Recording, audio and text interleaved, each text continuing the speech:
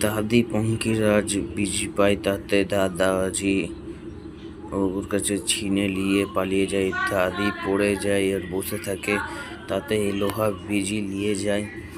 দাদাজি বাড়িতে এসে সোনার বিজিটাকে ধমকিয়ে অনেক কিছু চাই, আর ওকে দেখো ঘাড়ে বসে কোথায় নিয়ে যায়, উড়ে নিয়ে যেয়ে আকাশে দাদাজিকে একটা জাদুর গেটের ভিতরে ঢুকিয়ে নেয়। তাতে অনেক সোনা থাকে, হীরা থাকে, মতি থাকে। দাদি খুশি হয়ে যায়, তখনকার এগুলো সব কয়লাতে পরিবর্তন হয়ে যায়, আর দাদু কাঁদতে লেগে যায়। তখনকার দাদি পরিষ্কার করতে গিয়ে দেখো এটা হীরার হয়ে যায়, আর একে উড়িয়ে নিয়ে যে ডায়মন্ডের বিজি উড়িয়ে নিয়ে যে দাদিকে একটা গেটে নিয়ে যায়।